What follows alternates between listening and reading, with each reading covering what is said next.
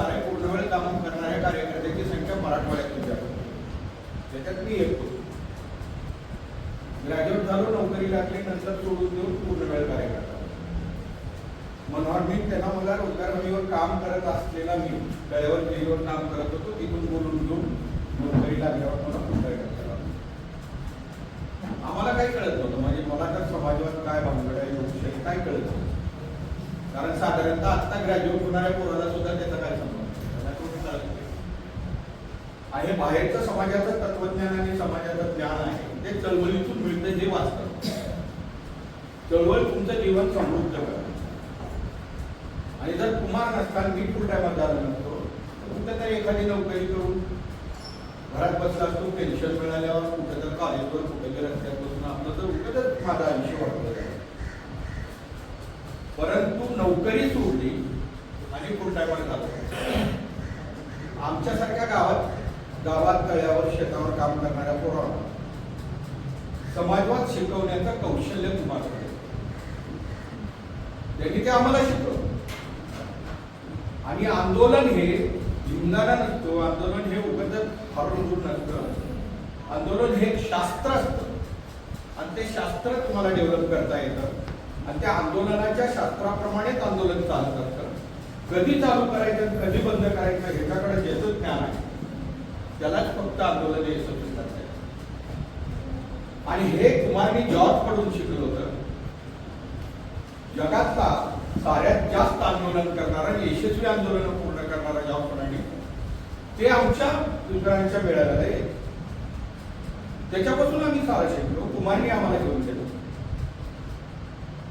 कुमारनी जेवढ्या समाजातल्या गावातल्या पोराला उभं राहणार करणार. माझं असं मत आहे, बऱ्याच जणांचं त्यांचे मतभेद होते, त्या लोकांबरोबर मी चर्चा व्हायची. त्यामुळे तुम्ही लाख मतभेद असेल, पण गावातल्या पोराला समाजवाद सांगणं, त्याला आंदोलनात आणणारी व्यक्ती म्हणजे कुमार चौधरी. नाही तर मी येऊ शकलो नसतो. मी आंदोलनात केलं नसतो, मी चळवळीत केलं नसतो, काहीच केलं नाही. तळ्यावर काम करणाऱ्या माणसाला उचलून आणून तत्वज्ञानाची माहिती देऊन थोडं बहुत का होईना समाजामध्ये ज्ञान निर्माण करून देणारा माणूस कुमार चौधरी. प्रत्येक व्यक्तीबद्दल मतभेद असू शकतात, कुणाचं काही असू शकतं. आणि सातत्यानं लिखाण करायचं. त्याचे येरवडा विद्यापीठ, व्यक्तिरंग, धर्माबद्दल थोडेसे असे एकापेक्षा एक चांगले पुस्तकं, सारी पुस्तकं माझ्याकडे. कुमारनी मला, मी जेव्हा डिसेंबरमध्ये त्याच्या गांधी भवनला माझं एक व्याख्यान ठेवलं होतं कुमारनी, तेव्हा मला दिलं. आणि विशेष म्हणजे कुमार पूर्ण वेळ काम करायला राशीनला जेव्हा जावं लागलं, या लोकांनी निर्णय घेतला औरंगाबादच्या अधिवेशनात की आता आपण ग्रामीण भागामध्ये शेतमजुरामध्ये आणि लोकांच्या मध्ये काम करायचं. राशीन हे फ्युडल गाव. हे सांगतोय कशासाठी की कुमारनं जरा थोडं 5 मिनिटं जास्त वाटली, पण कुमारनं आम्हाला काय दाखवलं होतं. राशीनला एक देशमुख होते, ते देवी पुत्र मानले जाते. ते सकाळी देवीची पूजा करून निघाले की लोक रस्त्याने पाया पडायचे, लाईन लावून. ते देशमुख ते देवी पुत्र व्याजाचा धंदा करायचे. 80 रुपये द्यायचे, संध्याकाळी 100 रुपये रोज. कारण राशीन हे कसं गाव आहे, कुमारचं गाव आहे. त्याचे वडील डॉक्टर तिथं राहतात. त्या गावाच्या भोवतानी 12 वाडी आहेत, 12 गाव. आणि त्या 12 गावात बाजूला बाजार दररोज एका गावात. त्याच्यामुळं अंडे बारीक बारीक धंदा करणारी लोक त्यांच्याकडून पैसे घेऊन जायचे देशमुखाकडून, आणि ते त्याच्यावर धंदा करून पैसे कमवून संध्याकाळी 80 गेलेले 100 द्यायचे. त्यांचा धंदा चांगला चालतोय. निंबाळकर म्हणून एक मंत्री होते काँग्रेसच्या काळात, त्यांचा धंदा चांगला चालतोय म्हणून त्यांनी गावात बँक येऊन दिली. देशमुखांनी गावात बँक येऊन दिली आणि त्यांचं इतकं वजन होतं तेवढ्या त्या भागात की मंत्री आला तरी त्याच्या घरला जावं लागत होतं. ते भेटायला कधी मंत्र्याला गेले, ते त्यांचं वर्चस्व होतं. आणि देशमुखांनी असं सांगितलं की त्यांचं 2 मजली घर होतं, दुसऱ्या कुणाच्या 2 मजली जर घर झालं तर देवी कोपते असं सांगून लोकांना घर बांधले. त्या गावामध्ये देशमुखावर बोलणं म्हणजे मार खाणं. अशा ठिकाणी कुमारनी फुल टायमर न्यायचं ठरवलं. एक कॅम्प चालवला आणि तुम्हाला मी अत्यंत अभिमानानं सांगेन की तिन्हीच्या तिन्ही त्या भागात राहणारे फुल टायमर मराठा.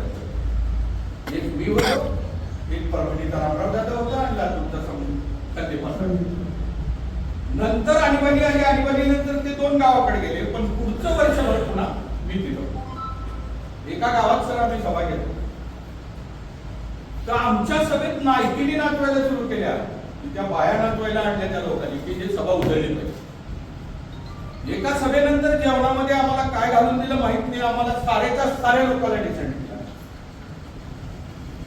आणि आमचा एक मुस्लिम कार्यकर्ता होता, त्याला दुपारी खून केला आणि त्या चळवळीचा परिणाम असा झाला, अत्यंत सामान्य माणसांनी त्या देशमुखाच्या पोराला जिल्हा परिषदेच्या निवडणुकीमध्ये पाडलं.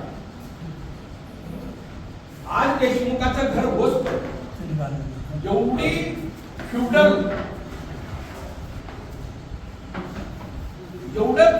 परिस्थिती असलेली बदलायची कशी? म्हणजे मंदिर प्रवेशापासून दलितांना मंदिरात प्रवेश मिळाला पाहिजे इथपासून ते मग बँक काढली. मग माझ्या आंदोलनामध्ये मला मारल्यानंतर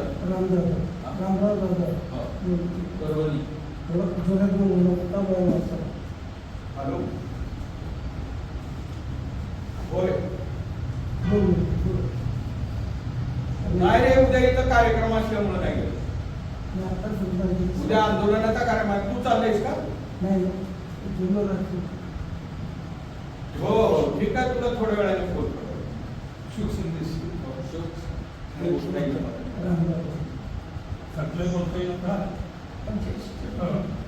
तर हे झालं. बँक घेऊन दिली नव्हती, बँक एका आंदोलनात मला इतकं प्रचंड मारलं, मी बेशुद्ध पडलो. तसंच उचलून घेऊन येरवाड्याच्या जेलमध्ये टाकले. साहित्य संमेलनामध्ये आम्ही निदर्शनं केली होती. तेंडुलकर आणि माधव गडकरी राशीनला आले आमच्या पोरांच्या मुलाखती आणि एवढा प्रभाव होता त्या आंदोलनाचा. दूरदर्शनवर पहिल्यांदा मी संदीप आणि रामराव आम्हाला दूरदर्शनवर बोलून आमची मुलाखत एवढं म्हणजे एवढं पसरलं होतं. त्याचा परिणाम इतका प्रचंड झाला की तिथं काय झालं मला माहित नाही, पण आम्हाला जीवनातलं सारेच्या सारं शिकायला लागलं. जे कोणी तुमच्यापैकी इथं असतील, तुम्हाला मी खरं सांग, रोजचं सायकलचं जीवन माणसाला त्याच्यातच अडकवते, पण संघर्षाचं जीवन माणसाचं जीवन समृद्ध करतं हे मला माझ्या अनुभवातून कळलं. आणि एवढा मोठा संघर्ष कुमारने केला. जेलमध्ये तो हमेशाच राहायचा. आम्ही त्याच्याबरोबर लातूरचं एसटीचं आंदोलन, औरंगाबादचं दलिताच्या शिष्यवृत्तीचं वाढ आंदोलन, मराठवाडा विद्यापीठाच्या नामांतराचं आंदोलन, या साऱ्या आंदोलनामध्ये जाऊन विक्रांत होती. त्याचं कारण म्हणजे आम्ही तसे त्या गावाचे आंबेडकरांचं नाव विद्यापीठाला कशाला द्यायचं म्हणणाऱ्यामध्येच गेला असतो ना, मी त्या वर्गातच गेला असतो ना जर आम्ही विक्रांत संपूर्ण सोच बदलण्याची ताकद कुमारमध्ये होती. बऱ्याच समाजवादीचे त्यांच्या बरोबर मतभेद होते, परंतु मी त्याला साऱ्यांना म्हणायचो जेव्हा बैठक होईल लोकांशी जोडायची, लोकांशी बोलायची, लोकांना शिकवायची आणि त्याच्या भाषेत त्याला समजून सांगायची की ताकद त्याच्यात होती. त्याचा परिणाम म्हणून हजारो तरुण त्याच्या पाठीत उगत नाही आहे. आमच्या घरी रोजगार करून शिकून लागलेली नोकरी सोडून दिलो, येडच लागला असेल ना त्याच्या बोलण्याचं, त्याच्याबरोबर राहायचं. ही अशी माणसं फार या मला येत नसतात आणि आपल्यातून हे माणूस निघून गेलाय. मी डिसेंबरमध्ये मला बोलवलं होतं त्यांनी व्याख्यानाला, मला सारखा म्हणत होता राहा की ह्याला परवा शिवाय शिंदे वारल्या दिवशी सुद्धा म्हणून आपण जाऊन भेटून घेऊ. त्याला इच्छा राहायची मराठवाड्यातल्या पोराला भेटायच्या. आम्हाला उदगीरच्या विशेष करून डोळे सरांचा संबंध असल्यामुळे सतत यायचा आणि उतरायचा तिथं कुणाच्या घरी, एकदा विजयाच्या घरी उतरायचा, कुठेही उतरायचं. ते साधेपणा, त्याचं राहणं आणि विशेष म्हणजे त्या आंदोलनातून, त्या आंदोलनाच्या दरम्यान राशीनला जास्त राहिल्यामुळे त्याचं गाव असल्यामुळे आम्हाला परत हे झालं. त्याच्यातून आम्ही शिकलो, मोठ्या आंदोलनात गेलो, वेगवेगळ्या विचारात गेले, पक्षात गेले, पण त्याने आयुष्यभर आपलं सोडलं. चंद्रशेखरवर चांगलं पुस्तक आहे त्याचं, व्यक्तिरंग म्हणून एक पुस्तक आहे, महाराष्ट्रातल्या सर्व राजकीय विचारवंतावर लिहिलेलं अतिशय सुंदर आहे. येरवडा विद्यापीठ म्हणून त्याचं पुस्तक आहे. आयुष्यात कशी आंदोलनं करत गेलो, काय काय घडत गेलं त्याच्या संबंधातलं पुस्तक आहे. ज्यांना वेळ मिळेल त्यांनी हे वाचावं, म्हणजे खरं जीवन अनुभव आपल्याला लक्षात येतो. एवढं मला कुमारबद्दल मला जास्त वेळ, कारण मला ते एक माझी कमजोरी होती, कुमार सत्तरेची, डॉक्टर टोळे आणि प्रणाल गोळे. त्यामुळे मी जरा आवश्यकतेपेक्षा जास्त बोलतो. तुमची माफी मागून मी माझे